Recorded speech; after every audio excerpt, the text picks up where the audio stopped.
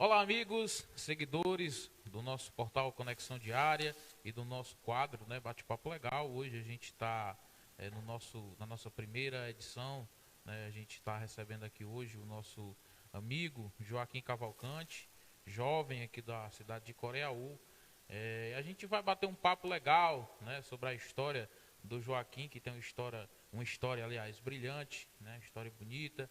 É um rapaz que veio, podemos dizer, da zona rural e chegou e conseguiu sua formação, tem seu escritório de contabilidade aqui no nosso município de Coreaú. É uma referência hoje na contabilidade, não só na cidade de Coreaú, mas podemos dizer que sim, na região norte. A gente vai conversar, bater um papo legal, tirar uma dúvida, que realmente o foco, né, do nosso programa já diz tudo o tema, né? Bate-papo legal. Primeiramente eu quero agradecer o Joaquim por receber a gente aqui e vamos bater esse papo legal, vamos deixar acontecer, vamos descontrair que o papo com certeza vai fluir, né, Joaquim?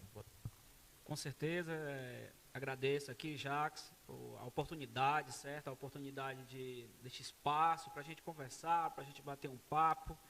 Sempre importante e parabenizar você também pela iniciativa, certo? Acredito eu que esse seu novo projeto tem uma iniciativa muito brilhante aí para as entrevistas, para ouvir as pessoas, para conhecer as pessoas e as histórias de cada um. Então, agradeço pela oportunidade, estamos aqui. Para a gente começar já na sua formação a gente sabe que você se formou já na advocacia, ou está em processo ainda, né? Mas a sua formação que você está em execução mesmo, a contabilidade. De onde surgiu essa vontade? De onde veio o interesse? Veio através de alguém que você se espelhou? Ou foi aquela coisa natural que aconteceu, né? Como surgiu a contabilidade na sua vida? Bom, Jacques, você sabe, né, que eu não sou aqui da sede, né? Eu sou de uma comunidade rural aqui do Coreaú, né? Eu sou lá do Conhaçu, conhecido como Conhaçu Velho. Meus pais são dois agricultores, né? Como muitas histórias que tem. E eu estava no Vilebal da Guiar e sempre fui um apaixonado pela matemática, certo? Sempre fui um apaixonado pela história. E eu sempre gostei de números, certo? Sempre foi uma paixão, números, né? Então, quando eu vi a contabilidade, a ciência contábil, né, aquela inserção com os números, né, para mim já foi uma aproximação, certo? Fui estudar mais a fundo a ciência, a relação dela com o mercado, com a economia, e diante disso resolvi prestar vestibular na Universidade Estadual Vale do Acaraú, em 2010, né, já se foram 12 anos, né? Fui aprovado em 8º lugar na época, né, me aprovei. E comecei a contabilidade, certo? Comecei e aprendi a amar mais ainda, dentro do curso, dentro da universidade pública, a contabilidade em si, certo? Principalmente a relação da ciência contábil com a economia, com o mercado, com os pequenos empresários, né? Hoje eu, graças a Deus, tenho uma relação muito boa com os pequenos empresários, com aquelas pessoas que querem iniciar o seu próprio negócio, o seu próprio empreendimento. E graças a Deus tem dado certo, certo? Então, posso dizer que amo a contabilidade. E digo mais, dentro da contabilidade, eu aprendi a amar o direito também, certo? Fiz algumas disciplinas de direito dentro da faculdade de contabilidade e vi que também gostava da área de direito, certo? Então, concluí o curso de Ciências Contábeis em 2016, né? E abri meu escritório aqui em 2017, né? Então, já estamos aí digamos assim, há 5, 6 anos aí já no ramo, meu amigo. Atuando já. Como você já destacou, né, a contabilidade, aliás, a advocacia veio também. No caso, você está em processo de formação, já está formado, como é que está esse caso? Bom, Jacques, e ao seu público, né, eu iniciei a faculdade de Direito em 2018, certo? Lá em Sobral, no caso. Já estou concluindo a universidade agora, já estou no 10º período e resolvi prestar o exame da ordem agora no ano passado, certo? No nono período, e consegui a aprovação, certo? Consegui a aprovação nas duas fases, na primeira e na segunda fase, certo? Foi algo de uma grande felicidade para mim, certo? Porque quando veio a minha aprovação, sabe, Jacques, ela fez me lembrar todo o meu contexto histórico, sabe? que eu acho que muitas pessoas têm histórias parecidas, né? Mas todo o contexto histórico, de ter saído lá do Cunha Sul, de estudar lá na escola pública lá, de vir para cá para o Vila Ebaldo, de ir para a UVA e depois de concluir, sabe? E eu sempre agradeço a Deus e agradeço a todas as pessoas que passaram na minha vida, minha família, e eu consegui essa aprovação, certo? Então agora vou concluir a Universidade de Direito, a Faculdade de Direito agora, em julho, da entrada na minha carteira da Ordem, e se Deus quiser, construir novos planos aí a partir de julho deste ano. A partir da formação, como é que vai ser o Joaquim? Vai ser o Joaquim contador? Ou vai ser os dois? Como é que vai ser essa divisão aí? Muito boa pergunta, Jax. A gente já vem planejando, certo? Na verdade, eu vou montar 2 escritórios, certo? Aqui em Coreú, né? Um de contabilidade e o outro de advocacia, né? Eu tenho minha irmã já, que é a Thaís Cavalcante, que já está fazendo contabilidade, então ela já tem uma prática, né? Muito boa. Então eu vou ficar aqui nos 2 escritórios, gerenciando os 2 escritórios. E dá certo, eu tenho vários companheiros aí que fazem isso, o doutor Tarcísio, lá de Sobral, já faz isso, certo? E dá tudo certo. E o nosso compromisso sempre vai ser esse, né? Sempre fortalecer os nossos clientes aqui do escritório de contabilidade, mas também fortalecer o nosso escritório de advocacia, certo? E eu sempre digo uma coisa, viu, Jacques? Eu, na minha vida profissional, na minha vida estudantil, sempre fazendo minhas coisas com pés no chão, sabe? Com simplicidade, com humildade, como diz, comendo quieto, né? Devagarzinho, alcançando os sonhos, porque a gente sempre tem que sonhar, certo? Tudo começa com um sonho. Você tem seus sonhos, né? E você está batalhando por eles. Eu também, né? Então, assim, é um processo, né? Mas com muito pés no chão, a gente com muito respeito, certo? Uma das coisas que eu aprendi na minha profissão foi a respeitar os meus colegas de classe, certo? Aqui, graças a Deus, tem grandes nomes aqui da contabilidade que eu tenho muito respeito, né? Aqui, por exemplo, agora nós temos o Canário, nós temos o Raimundo Ivan, nós temos o Bob, temos o Eduardo, nós temos aqui o nosso amigo Netinho Dourado, né? São grandes pessoas que a gente tem uma relação de amizade e respeito muito grande aqui em Coreú. E os futuros colegas da advocacia sempre, né? Respeito e muita ética profissional, que é isso que a gente tem que ter. Eu costumo falar que a humildade e a perseverança se resultam no sucesso, né? Eu sempre prezo por isso. Humildade e perseverança, resultado é o sucesso. Joaquim, voltando aqui para a área da contabilidade. Bem, na verdade, o que um contador faz? Para a gente tirar uma dúvida, né? Os telespectadores, os nossos amigos que estão nos ouvindo, muitos ainda têm dúvida. O que é um contador? Um contador, ele conta as contas. O que é que acontece? Você dá uma explanação melhor do que a contabilidade do próprio contador numa empresa, né? Excelente indagação, excelente pergunta. Primeiramente, para ser um contador, você tem que cursar, fazer 4 anos de universidade. Depois que você terminar a universidade, você se torna um bacharel em contabilidade. Depois disso, você vai fazer uma prova do conselho, parecido com o da advocacia. Vai fazer uma prova do conselho. Se aprovado, você obtém o registro no Conselho Regional de Contabilidade e então vai poder exercer a profissão. E o que é o contador? Bem, o profissional de contabilidade, existe uma definição da profissão que diz que o profissional de contabilidade é aquele que gerencia o patrimônio das pessoas, certo? Nós temos a concepção que o patrimônio das pessoas são os bens das pessoas, são os direitos, que é aquilo que as pessoas têm a receber, e as obrigações, que são, digamos, as contas, né?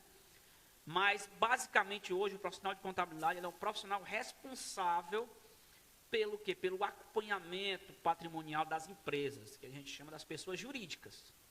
Então, se, por exemplo, você, cidadão, que está em casa, que quer abrir o seu empreendimento, quer construir seu empreendimento, você vai procurar um profissional de contabilidade para esse profissional lhe prestar consultoria, né, digamos assim, lhe prestar uma consultoria de como vai ser o seu processo de empreendimento, para então iniciar o processo de abertura da sua empresa, certo? Organizar e regularizar toda a sua empresa para quê?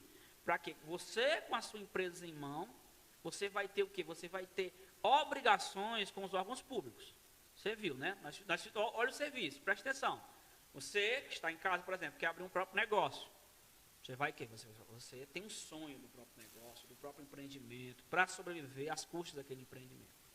Você procura um profissional de contabilidade para conversar, certo? Sobre a sua área que você quer atuar, certo? O profissional vai lhe prestar uma consultoria de como é o empreendimento, se aquele seu empreendimento compensa naquele local ou não, se compensar, qual é a maneira que se deve praticar ele, para após isso, iniciar a formalização da sua pessoa jurídica, que é a empresa, certo?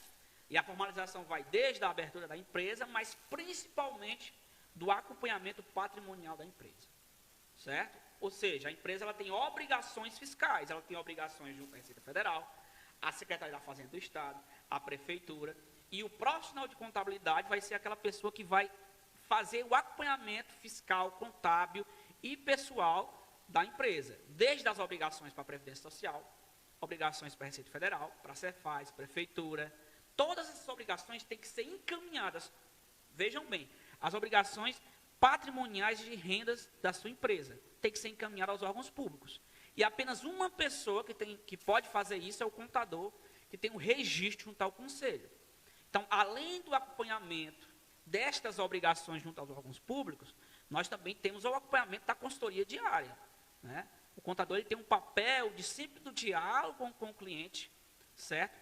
Para, através da própria contabilidade, da própria análise das contas da empresa, ele prestar consultoria diária para o cliente. O cliente está dizendo assim, olha, esse mês o meu faturamento foi 100 mil reais. Né? O profissional de contabilidade, diante, né, da consultoria e do acompanhamento contábil que ele está fazendo, ele tem condições de dizer para o seu cliente qual o problema. O que se precisa melhorar? Se precisa se melhorar financeiramente, precisa ter um controle financeiro, precisa ter um controle patrimonial, um controle de estoque da sua... O profissional ele tem essa ampla atuação dentro da empresa.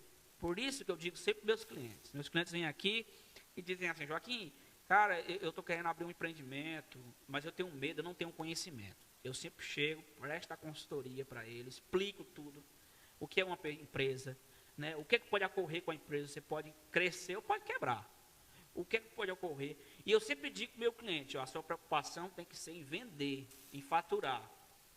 Essa questão burocrática de abertura de empresa e de acompanhamento da sua empresa junto aos órgãos públicos, o contador vai fazer.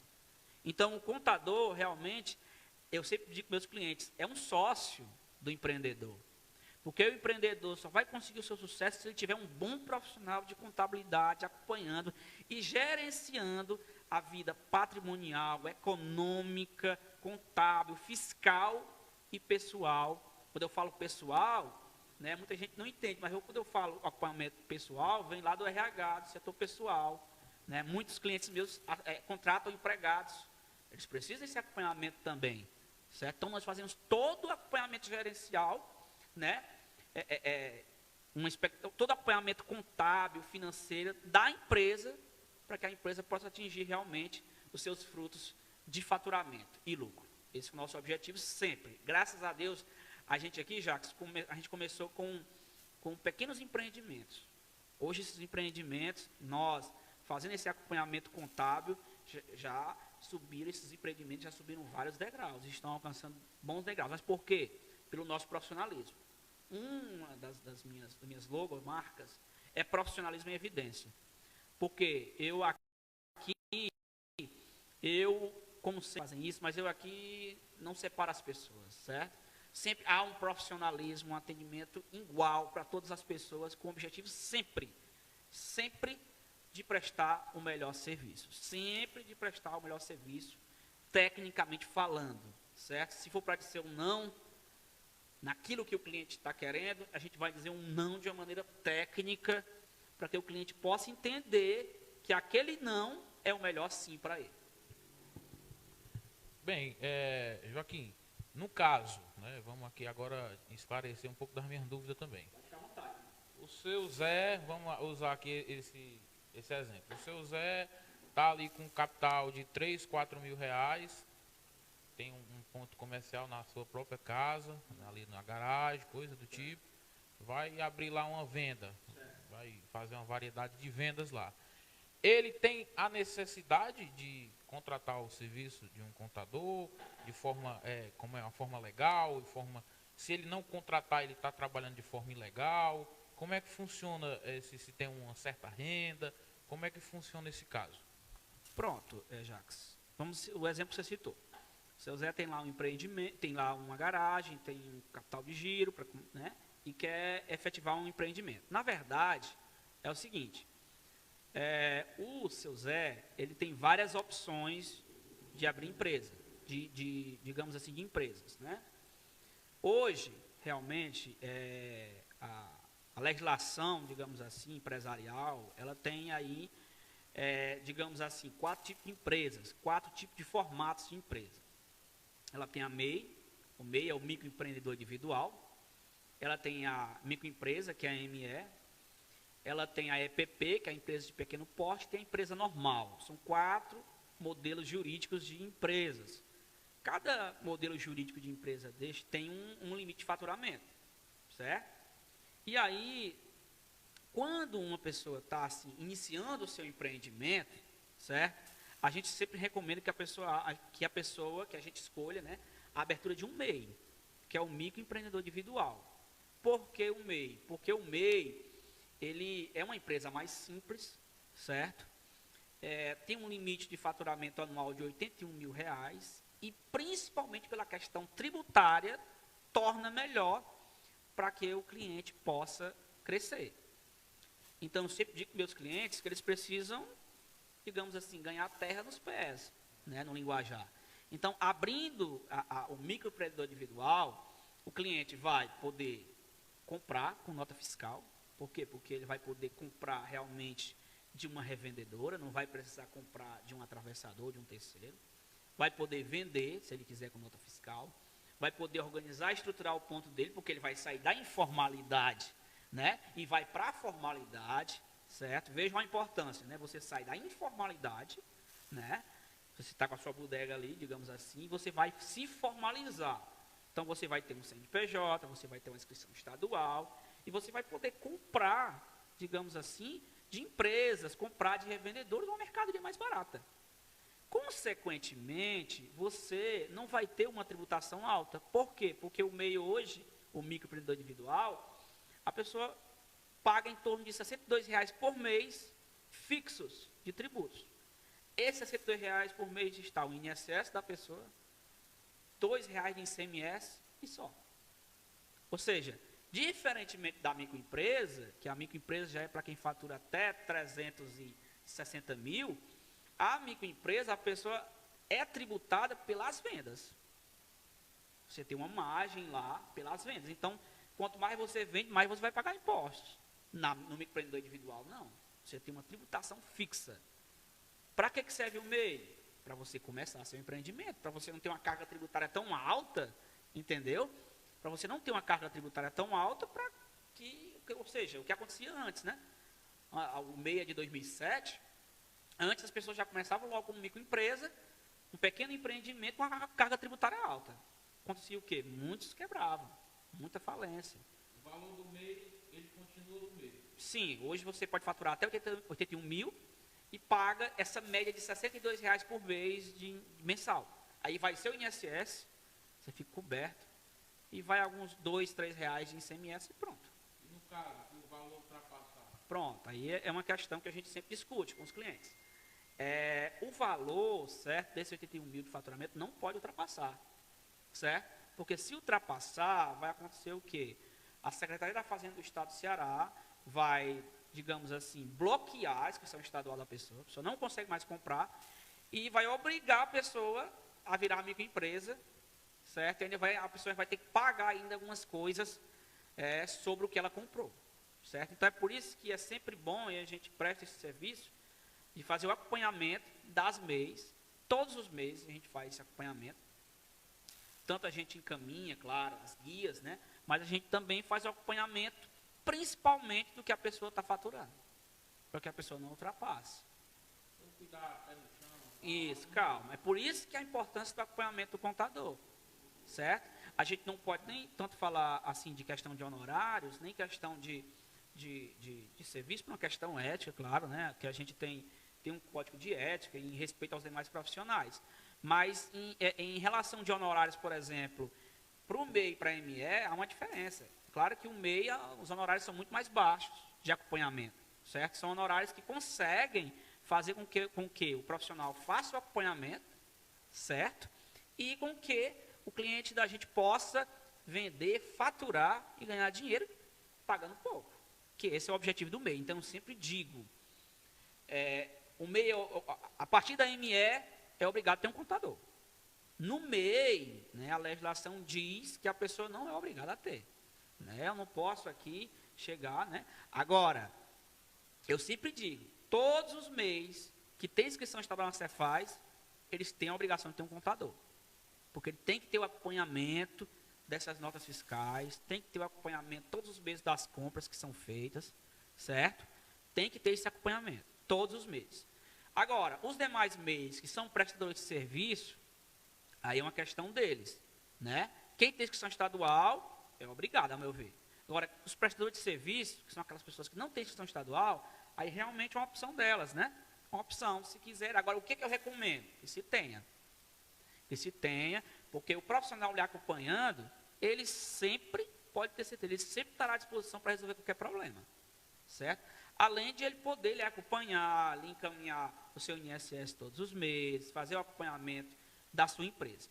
Então, eu sempre digo, empreendimento, né? Empreendimento formalizado, empreendimento organizado, só vai para frente se tiver um profissional de contabilidade.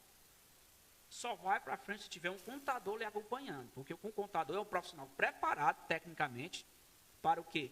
Para fazer com que o seu negócio cresça, para fazer com que o seu empreendimento possa crescer e possa se tornar uma referência. Esse é o objetivo, certo? Esse é o objetivo do profissional de contabilidade, fazer com que o seu empreendimento torne-se uma referência. Por isso, o acompanhamento do contador. Por isso, o acompanhamento do profissional de contabilidade. Sempre nessa parceria de fazer o seu empreendimento crescer. Então, mais uma vez repetindo, né? Toda empresa tem que ter um profissional de contabilidade. É obrigatório. Apenas as MEIs, os microempreendedores individuais, que prestam serviço, é que não tem tanto essa obrigação. Mas as MEIs, que têm inscrição estadual na Cefaz, que têm comércio, compra e venda, são obrigatórios. Os prestadores de serviços, que são aqueles que não têm inscrição estadual, é que eles não têm essa obrigação. Agora, que é importante ter um profissional, que vai ter um profissional técnico preparado para fazer o acompanhamento e fazer com que o seu negócio possa crescer. Pronto, tirando disso que você falou, o MEI, ele dá, de certa forma, uma tranquilidade, né, para o empresário, para a pessoa trabalhar, tanto que é uma taxa baixa, R$62, e ali, como você falou, né, está coberto no INSS, está ali, digamos que, trabalhando para o futuro, para uma aposentadoria, para uma tranquilidade melhor, né? Com certeza, eu sempre digo, para você ter uma ideia, eu vou fazer um comparativo para as pessoas que estão assistindo em casa, certo? Hoje, o contribuinte individual, que é o antigo autônomo, quem está em casa vai entender, ele paga 11% sobre o salário mínimo de INSS, ou seja, ele paga R$133. Quem é empregado de carteira assinada, que está nos assistindo aqui, vai ver lá no seu contra-cheque um desconto de 7,5% de INSS.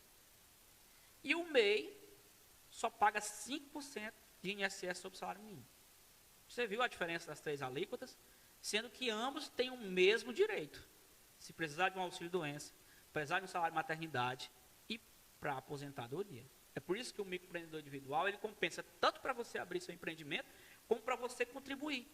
Como para você ter, e isso se chama-se lá no direito previdenciário, certo? De planejamento previdenciário também, né? Nós temos diversas reformas aí, a gente não sabe quando é que a gente vai se aposentar, e por isso que é importante contribuir para o INSS. E o microempreendedor dá essa garantia. Dá essa garantia legal para que as pessoas possam se planejar para uma futura aposentadoria e também, né, para um auxílio-doença. Ninguém sabe, Deus me defenda, aconteça um acidente, você está coberto pela Previdência, certo? As mulheres, por exemplo, salário de maternidade, certo? Então, tudo isso vem e foi criado, inclusive em 2007, né, com o intuito de fazer com que as pessoas que estavam na informalidade, pudessem se formalizar e formar e criar seu próprio negócio, está coberto pela Previdência Social. No caso, né, um trabalho desse, digamos que eu estou aqui com uma MEI, né, eu sou um MEI, uma microempresa, eu estou ali coberto pelo INSS, estou trabalhando, estou produzindo, e da mesma forma, nessa minha MEI, eu posso também trazer alguém da minha família para trabalhar, registrar e também ter os mesmos direitos, né? A gente vai pagar uma taxa, é claro, a mais, mas ali está aquele negócio em família e bem apolumado, né, digamos assim, né? Pronto, aí você está falando do seguinte, o MEI, ele permite, né, a MEI, microempreendedor individual, ele permite com que o empreendedor assine uma carteira. Então, por exemplo, você tem uma irmã... Pronto, mas só uma. Aí, por exemplo, vamos dizer, eu tenho uma irmã que trabalha comigo, né, ela está trabalhando comigo, quer assinar a carteira dela. Pode, né? Você vai assinar, é um processo, né? Aí, nessa hora, que o contador é importante. Porque quando o MEI, esqueci de falar isso, quando o MEI assina uma carteira, ele tem que ter o acompanhamento contábil do contador, para fazer todo o processo. Porque hoje, as pessoas estão sabendo que hoje a carteira de trabalho é digital, né? Não é? Hoje não existe mais essa questão de carteira física, carteira digital. Então, tudo é enviado por sistemas, né? O E-Social, que é um sistema de setor pessoal, que a gente vai enviar todas as informações do trabalhador. Então, se a MEI, por exemplo, a MEI que é prestador de serviço, né, vai assinar uma carteira, aí sim que tem que ter o profissional de contabilidade acompanhando. Então, assim, por exemplo, você tem uma irmã que trabalha com você, mas aí tem que trabalhar realmente, né, tem que ter muito cuidado, porque o Ministério Público do Trabalho investiga muito isso, né, porque às vezes pode acontecer, que não é o seu caso, claro, né, mas de muitas pessoas fazerem golpes, né, assina a carteira da irmã, a irmã não trabalha, entendeu? Não trabalha com a pessoa, e aí só para a irmã depois tirar o seguro, né? Isso tem que ter muito cuidado. Mas quando você realmente empreendedor tem uma irmã, uma esposa trabalhando com você, e você quer assinar a carteira dela, porque ela está trabalhando, você pode sim. Neste caso, quais são as suas obrigações por mês, né? Você vai pagar todos os meses como empregador, né? Além do piso, né, na carteira, porque nem sempre, viu? Por exemplo, você contrata uma pessoa para ser vendedora. O piso da carteira, o piso que eu falo é o salário do vendedor, ele não é o mesmo do mínimo. Existe uma convenção coletiva dos sindicatos aqui, que determina o valor do vendedor. Então, a gente vai analisar o piso da carteira do vendedor, ou da pessoa que você vai contratar, para fazer a assinatura da carteira. E todos os meses, além de você pagar o salário das pessoas, da sua funcionária, você vai fazer a retenção do INSS dela, né? E vai pagar o FGTS dela, certo? Que o FGTS, o Fundo de Garantia, quem paga é o empregador. 8% todos os meses, certo? 8% todos os meses. No caso, tem 8% do FGTS, né? E mais os 5 e pouco do INSS. No caso é assim, porque quem paga o INSS, na verdade, é o trabalhador, o empregado. Por quê? Porque quando você vai pagar o provento, a remuneração do trabalhador, você já paga com o líquido, com desconto, entendeu? Só que quem faz a retenção é você. Você é quem vai... A gente aqui é que faz a geração do boleto do INSS, já com desconto do trabalhador, porque você vai pagar. Mas, em tese, quem paga é o trabalhador, porque é descontado do salário dele. E o FGTS, já quem paga é você, não é descontado do salário do empregado. Muita gente me pergunta, o FGTS não é descontado do trabalhador? Não. O FGTS, quem paga é o empregador. É 8% sobre o salário. 8% sobre o salário. Todos os meses vai ser repassado isso. Para quando o seu trabalhador terá um ano, digamos assim, certo? Ele vai sair, e aí você vai ver se ele quiser sair, no caso, né? Vamos dizer que um ano ele queira sair. Aí vocês vamos ver, né? Se você vai querer tirar ele, ou se ele vai pedir para sair, porque dependendo da situação, da maneira como o trabalhador vai sair, certo? Alguns direitos ele pode não sacar, outros sim, você está me entendendo? Então, isso depende muito. Mas se ele, por exemplo, for demitido sem justa causa, quando você diz assim, eu não quero mais seu serviço.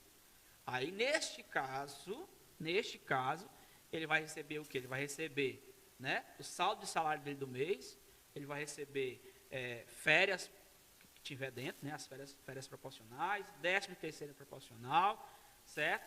E, além de ser liberado o saldo do FGTS dele, você vai ter que pagar uma multa rescisória de 40% sobre o saldo do FGTS.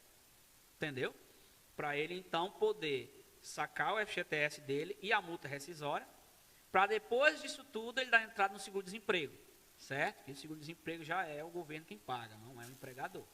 É todo esse processo. Mas a sua despesa mensal realmente, por assinar uma carteira, realmente, basicamente é isso daí, né? Que é, em tese, o INSS do empregado, que quem paga é ele, que é descontado do salário dele, mas o que você vai pagar mesmo é os 8% de FGTS do seu trabalhador, que é em torno hoje de uns R$80 por aí, certo? Mas compensa? Compensa, porque você vai ter um trabalhador, digamos assim, trabalhando com vontade, né? Digamos, porque está recebendo seus direitos, sua carteirazinha assinada, trabalhando direitinho, com o horário correto, né? E também compensa para você evitar futuros, digamos assim, problemas na justiça do trabalho futuramente. Porque a gente sabe que o trabalhador que está, digamos, trabalhando sem carteira assinada, ele pode entrar com uma ação trabalhista requerendo esses direitos trabalhistas, né? Então, para evitar essas questões, é importante, inclusive, fazer o processo de assinatura da carteira. Joaquim, a gente está vendo muito esse caso que está acontecendo agora do Banco Central, inclusive você gravou um vídeo, né? Eu acompanhei. E aqui para a gente dar uma explanação melhor, eu queria que você desse uma explicada mais ou menos como é que está funcionando, de pessoas falecidas. Eu tenho um tio que faleceu e eu queria saber se ele tem alguma coisa, como é o processo de eu receber, entendeu? Tipo, meu tio era solteiro, não tinha esposa, não tinha filho e tal. Como é que eu faço para mim saber se ele tinha esse dinheiro, se ele tem o direito, quem tem o direito de receber, né, desse negócio do Banco Central, né, das contas atrasadas, né? Primeiramente é importante que as pessoas entendam que esses valores a receber, do que eles se referem, certo? Eles se referem a contas bancárias suas aí que ficaram lá atrás esquecidas, entre aspas, né? Às vezes você deixou contas bancárias lá atrás com algum valor dentro, com algum saldo, ou então contas que, por exemplo, caiu algum dinheiro nesse período. Pode acontecer, às vezes, a pessoa era bolsista, ou a pessoa era aposentada, pode acontecer. Mas são contas que ficaram lá para trás e você não deu mais atenção, certo? Joaquim, as contas que foram desativadas, que às vezes tem contas que foram, né? As pessoas recebem cartas em casa, dizendo, sua conta foi desativada. Não tem, né? Se a sua conta foi desativada, é porque não tinha nenhum saldo. Então, são contas que estão ainda ativas lá no passado, né? E que, digamos assim, tem algum saldo, né? Muitas pessoas estão conferindo no site, estão vendo, né, que tem algum saldo, só que não estão concedendo o saldo agora.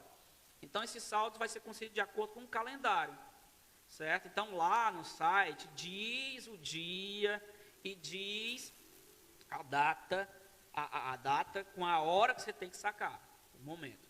E aí, para você poder sacar esses valores, você vai sacar nesse dia, nesses horários, vai fazer um Pix para uma conta sua para esses valores serem transferidos. Agora, você tem que ter lá no acesso do gov.br, e o gov.br hoje é um acesso muito importante do governo federal, que através do gov.br você tem acesso hoje ao Meu INSS, que é uma plataforma do INSS, você tem acesso à carteira de trabalho digital, tem acesso a diversos órgãos públicos. Lá você vai precisar ter o acesso prata, né? O que é o acesso prata? Você vai precisar fazer um reconhecimento facial lá para o governo saber que realmente é você, certo? Se o governo está concedendo essas benefícios de você poder acessar os órgãos, ele precisa saber que é você mesmo, porque senão isso pode acontecer vários golpes. Aí você fazendo essa autenticação prata, que eles chamam, aí você vai poder transferir realmente o saldo para um Pix seu. Agora, muita gente está perguntando, Joaquim, será que tem 1.000, 1.600 lá? Eu digo, eu não sei, quem sabe é você, né? Ou se você não se lembra, mas pode ter 1.000, você pode ter se esquecido, ou pode ter 10 centavos. Pode ter 50 centavos, pode ter R$1, pode ter 10. Depende do que ficou lá.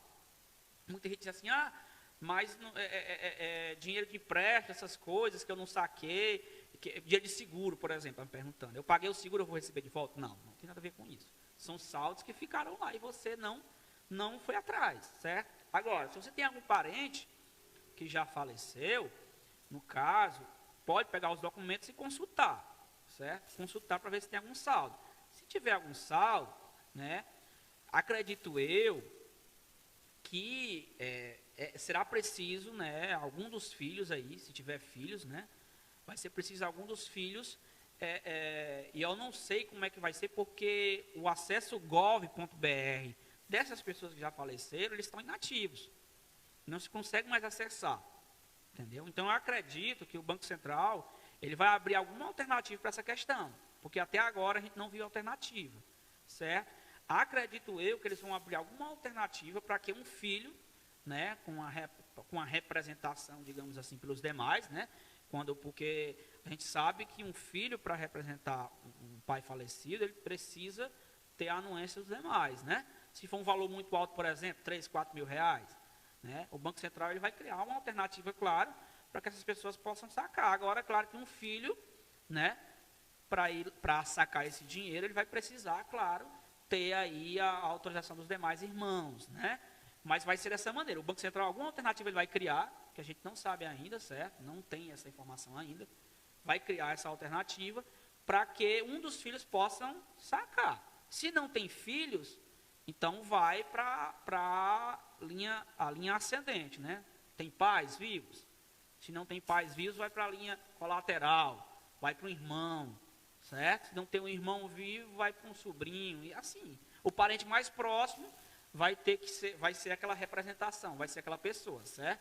Agora, que o Banco Central se criou alguma alternativa, ainda não, né? Ainda não. Porque essas pessoas já faleceram, né? E a transferência, transferir para o Pix, eu acredito que seja para um Pix do titular. Por exemplo, se eu vou lá e eu tenho um saldo, eu tenho que transferir para um Pix meu. Entendeu? Não para um Pix de uma terceira pessoa. Eu acredito que seja assim. Posso até estar enganado. Não, ainda não, né? Porque a gente está sabendo as pessoas que estão vivas, as pessoas que estão, entendeu? As pessoas que estão, né? Então o Banco Central ainda não estabeleceu essa questão, certo? Mas eles possivelmente, eu acredito, certo, que eles vão criar alguma alternativa para esse caso. Porque aí ficaria muito fácil, né? Por exemplo, tem uma pessoa lá que já faleceu, certo? Tem um saldo. Aí eu pego os dados dela aqui, qualquer pessoa pode pegar, colocar lá no site, ver o saldo, transfiro para o meu Pix, né? Não, ficaria fácil não, isso aí. Então, existe, acredito eu, que o banco vai abrir uma alternativa para esses casos de pessoas que já faleceram, mas por enquanto não tem essa informação ainda. Uma pessoa essa semana me procurou para conversar sobre isso. Disse, Jacques, você pode me orientar? Meu filho teve morando fora, Mato Grosso, não lembro a cidade, e aconteceu um acidente de trabalho e lá ele faleceu.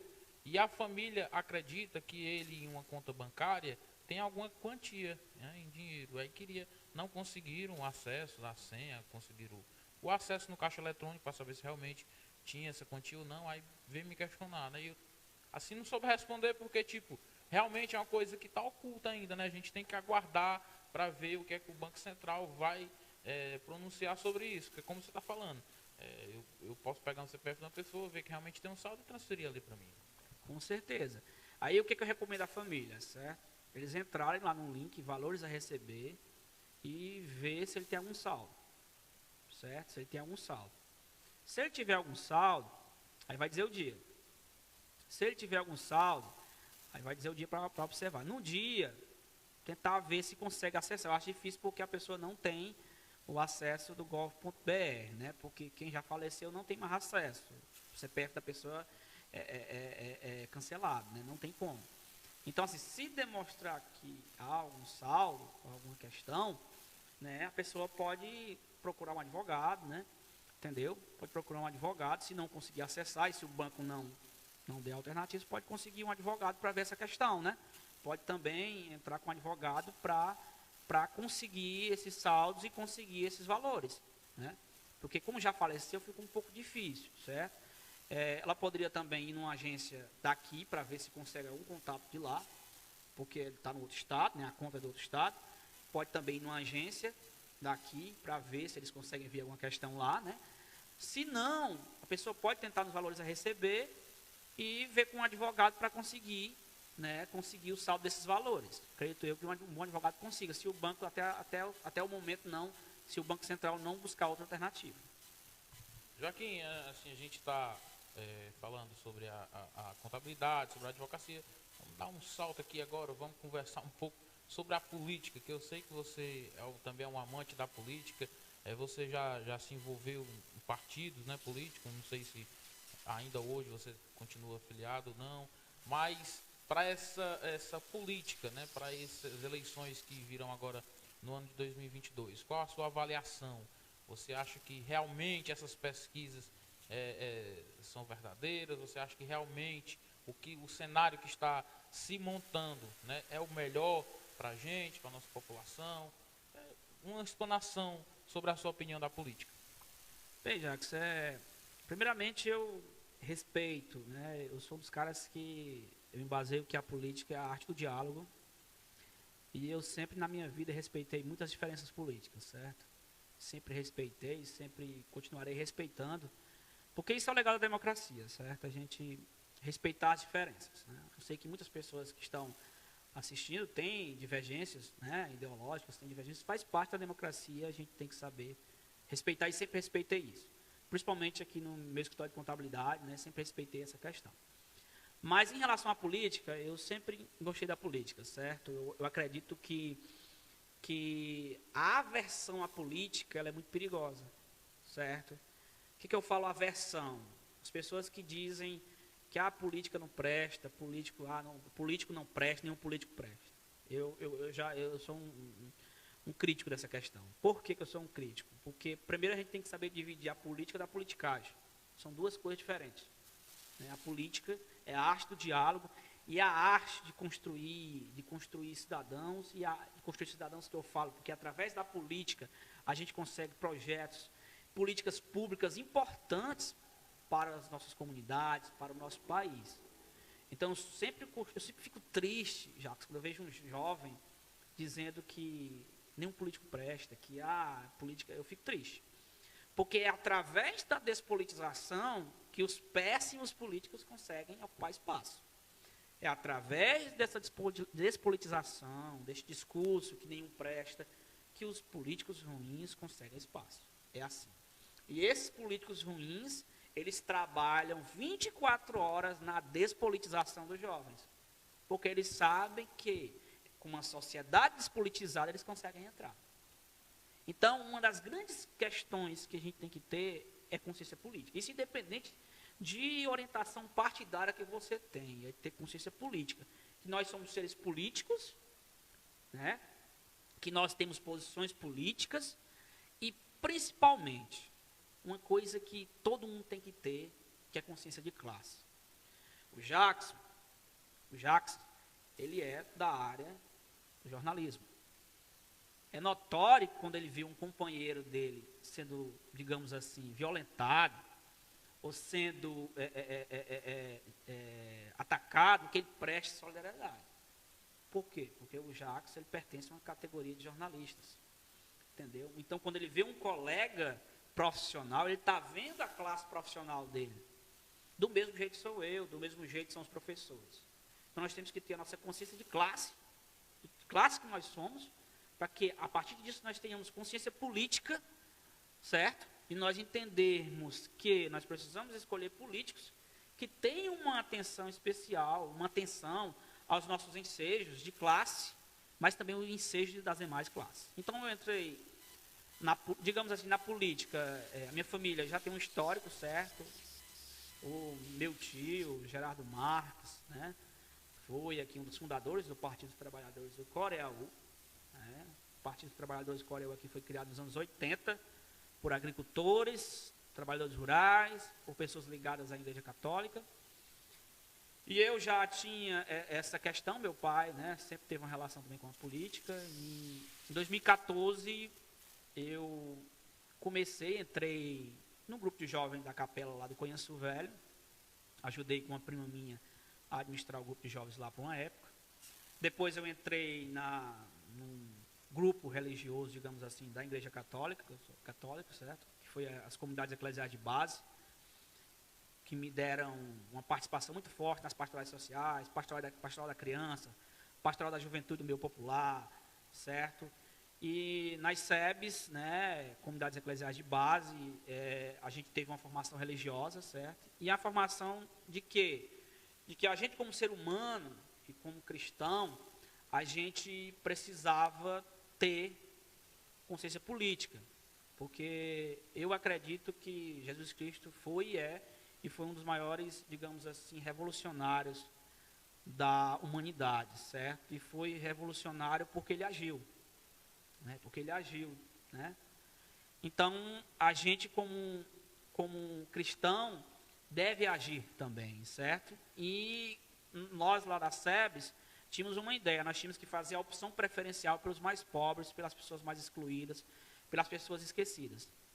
Então, quantas vezes eu fui aqui com a Maria José, a eterna Maria José, nós fomos celebrar em locais, em bairros realmente esquecidos, sem saneamento básico, sem nada, e a gente via que realmente o cristianismo tinha que estar ali, sabe? Então, essa foi uma primeira formação religiosa que eu tive, certo?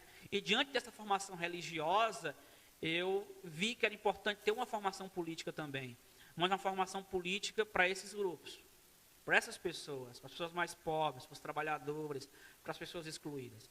E foi assim que eu vi dentro do Partido dos Trabalhadores um partido que aglutinava esses meus ensejos, um partido que aqui, graças a Deus, que sempre em Coreaú aglutinou muita juventude, deu espaço à juventude, deu espaço à classe trabalhadora. Foi quando em 2014 eu entrei no Partido dos Trabalhadores. Militei dentro do partido, fizemos grandes encontros em associações, em entidades de trabalhadores, com juventude, certo? E me tornei presidente do partido em 2017. Permaneci presidente durante 3 anos, certo? Para você ver como o Partido dos Trabalhadores não é um partido que tem dono, é um partido democrático. Eu estava com 2, 3 anos de filiado e concorri à presidência. Teve uma eleição interna democrática e eu fui eleito. Ou seja, é um partido organicamente democrático. Organicamente, que a pessoa que entra dentro, mesmo e tem vez e voz, né? Consegui me tornar presidente do partido. Fizemos 3 anos de presidência, 3 anos de muita discussão com a juventude, mas principalmente com a classe trabalhadora.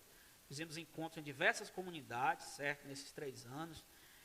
Fizemos encontro em diversas comunidades aqui do Coreaú, para você ter uma ideia, certo? Diversas comunidades. E conhecemos muitos anseios de Coreaú, certo? Muito.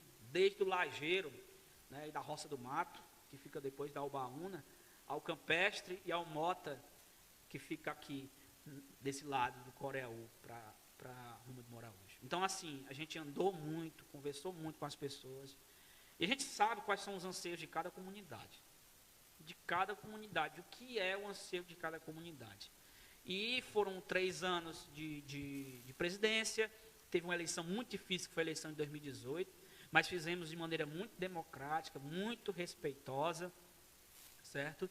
E terminei o mandato em 2020, né, com muito orgulho. Não nego a minha filiação partidária, né?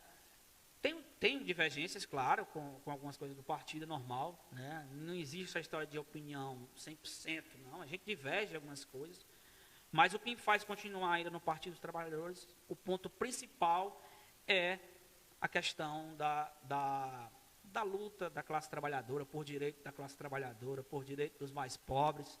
Esse é o meu foco de estar militando no partido. Hoje estou um pouco afastado, mas por questões profissionais, porque eu estou fazendo na Faculdade de Direito, terminando a Faculdade de Direito, mas não deixo as trincheiras do partido, porque me identifico, certo? Me identifico com essa luta aí que existe dentro do partido. Partido dos Trabalhadores, que não lembro o exato ano, mas você, conhecedor da história, vai saber por exato. Mas o Partido dos Trabalhadores em Coreaú mostrou sua força na candidatura do Erasmo, né? Um agricultor que veio ali mesmo da roça, né? Do meio do povo, e aí conseguiu, né, se eleger para vereador em Coreaú, né? Jacques, eu sempre falo do Erasmo Tabosa, eu fico até, sabe, muito feliz, porque, assim, e a história de luta do Erasmo para chegar no que ele chegou na vereança foi muito forte, certo? O Erasmo, um agricultor, certo? Um homem simples, certo? Que adquiriu consciência política como agricultor e como trabalhador, né? Eu costumo dizer que a primeira mudança estrutural na cabeça do trabalhador é a consciência de classe, sabe? Ele entender que ele é trabalhador. Se ele é trabalhador, ele tem que votar num cara que beneficie ele como trabalhador, não um cara que vai lá e tire direitos dele. E o Erasmo adquiriu essa consciência política nos anos 80, 90, certo? Um agricultor, se tornou conselheiro do Telar no fim dos anos 90 e conseguiu com muita garra e com muita luta ser vereador de Coreú. Fez uma vereança que nós podemos perguntar hoje para as gerações que lá conviveram, e eu era jovem, mas me lembro, uma vereança realmente excepcional. O Erasmo Tabosa fez o que um vereador realmente tinha que fazer, fiscalizar o poder público. E até hoje, quando eu vejo o Erasmo, eu falo da importância, chamo ele de mestre, né, pela importância política que ele tem no Coreaú. Todas as vezes que eu vejo o Erasmo, eu falo, cara, a tua importância política para o Coreaú foi muito grande. Porque tu foi vereador, cara, sem apoio de nada, certo? Tu fez o que tu fizesse e conseguiu mostrar a vereança. Foi candidato a prefeito em 2002, sem apoios, né, mas fez uma campanha belíssima, né? Tentou a reeleição em 2004. Não conseguiu, infelizmente, né? Não conseguiu. Mas fez um excelente mandato. Quem chegar aqui no Coreaú e falar de Erasmo Tabosa, vai saber o que foi o Erasmo Tabosa como vereador. Fiscalizou o poder público e agiu como vereador. Ele me disse que na época ele deu a ideia da chamada Câmara Itinerante, né?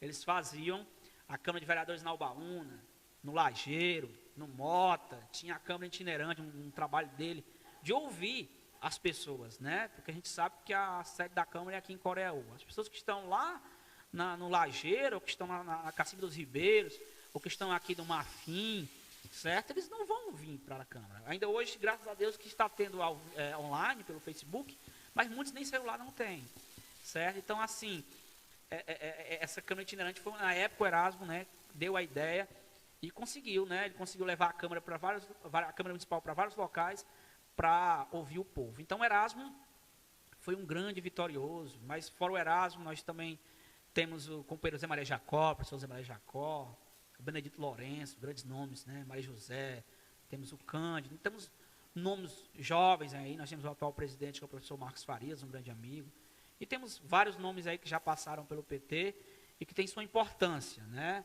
Costumo dizer que o Partido dos Trabalhadores, ele sempre está aberto para ideias, sempre está aberto para as pessoas que querem construir, certo? É claro que nós somos realmente, nós não somos, digamos assim, a base da elite local, então é por isso que nós temos as nossas dificuldades como organização partidária, mas nós estamos sempre buscando alternativas e dialogando com a sociedade, com o Coreaú, com objetivos futuros, né, digamos assim. O Joaquim Cavalcante tem o desejo de entrar na política coreuense ou não veio ainda o desejo? Já que eu vou mentir para ti, não, eu tenho. Não, não vou mentir não, eu gosto de política, certo? Gosto de política, não vou mentir, gosto. Eu gosto de estar em contato com o povo, não é hipocrisia minha, as pessoas sabem. Gosto de estar em contato com o povo e gosto de ouvir o que o povo deseja, certo? Uma vez eu andando lá no Lajeiro, eu vi um amigo do Lajeiro dizendo, rapaz, cara, que isso faz há uns 5 anos, né? Cara, essa estrada aqui, cara, quando chega no inverno, ninguém anda. Companheiros do Mota também, estrada por dentro, né? Cara, então assim, a gente vê, né? A gente ouve as pessoas, a gente diz assim, cara, por que Coreaú não tem um planejamento, digamos assim, estrutural, né? Das estradas, dessa estruturação, né? Principalmente dos caminhos do Coreaú, né? Porque a gente vê que no inverno ficam pessoas trancadas, né? Então a gente ouviu muito isso, sabe? Então, assim, eu gosto de ouvir as pessoas falando isso. Eu tenho um desejo, sim. Só que o futuro pertence a Deus e a gente, né? Hoje eu estou focando na minha vida profissional, minha vida de contador e futuramente de advogado, né? E o futuro nos reserva, né? Mas construir política eu sempre estarei construindo. Eu gosto de construir política. Agora, eu não gosto de construir politicagem, mas política eu gosto. Eu gosto de dialogar com as pessoas, gosto de ouvir, né? E gosto de planejar sempre o Coreaú. Sempre planejar o que o Coreaú precisa, né? Eu sempre tive a ideia que o trabalho do Coreaú tem que ser dos locais mais pobres para o centro, não do centro para os locais mais pobres. Sempre é isso. Então, se a comunidade, por exemplo, está precisando de calçamento, se a comunidade está precisando de esgoto, de saneamento básico, eu tenho que focar nela primeiro, para depois eu poder fazer uma praça no centro, para depois eu fazer uma coisa. É um pensamento meu. Claro que eu respeito os políticos que têm uma visão diferente, faz parte, mas é um pensamento meu, certo? Um dos sonhos meus sempre foi uma proximidade da nossa Ubaúna com a sede, né? Tem essa estrada aí por dentro, acho que vai sair, existem propostas aí para sair um asfalto, mas sempre foi isso, né? Eu estudo com alguns amigos da Ubaúna e eu sempre vi essa distância, sabe? Eu acho que a Ubaúna tem que se aproximar da sede. Respeito aqueles que têm, né? Que acreditam que a Ubaúna tem que ser o município, né? E cada um tem suas posições, mas eu acho que essa estrada iria aproximar o distrito. Então eu tenho essa questão de ouvir, certo? De ouvir as comunidades e ver o que cada uma precisa, sabe? Todas têm anseios, meu amigo, todas. Mas é isso, por enquanto estou investindo na vida profissional e na vida, né, acadêmica, e o futuro nos reserva, sempre construindo as minhas questões políticas. Uma das virtudes que eu tenho, meu amigo, é sempre de manter a coerência, sabe? Porque a gente vê muitos casos, né, de pessoas que, digamos assim, que ficam se vendendo, né, a realidade municipal de alguns municípios, né, que ficam, né, pulando de galhos, e a gente sabe quais são os interesses, né, e uma das coisas que a gente sempre busca é a coerência, certo? De buscar ter posição, né, política, para que a gente não se perca, né, naquela coerência que a gente sempre pretende. Esse é sempre meu objetivo. Bem, seguidores e amigos, né, esse foi a nossa primeira edição do nosso bate-papo legal. Quero aqui agradecer o Joaquim Cavalcante por ter nos recepcionado nesse bate-papo sadio, bate-papo legal, e quero agradecer mais uma vez a ele e agradecer você que está aí do outro lado nos acompanhando. Joaquim, muito obrigado. Pronto, Jacques, agradeço pela oportunidade do diálogo, ao seu público, que a gente está me assistindo. Eu sempre digo que é importante agradecer, né? E na minha vida, graças a Deus, para concluir, né?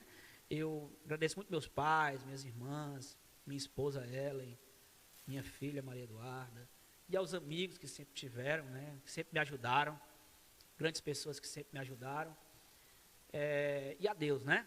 Por todas as oportunidades. E é isso, o futuro pertence a nós e vamos construindo. E agradeço mais uma vez pela oportunidade, quero lhe parabenizar novamente pela sua iniciativa. E é isso, meu irmão. Fique com Deus, boa sorte no seu trabalho. E eu quero dizer que você tem um amigo aqui e a gente está à disposição porque daí vier. Amigos, valeu. Amigos da Rádio Princesa do Vale, Rádio Estação Norte, do nosso portal Conexão Diária, com imagens do nosso amigo Lucas Azevedo, Jacques Albuquerque, para o Conexão Diária Bate-Papo Legal.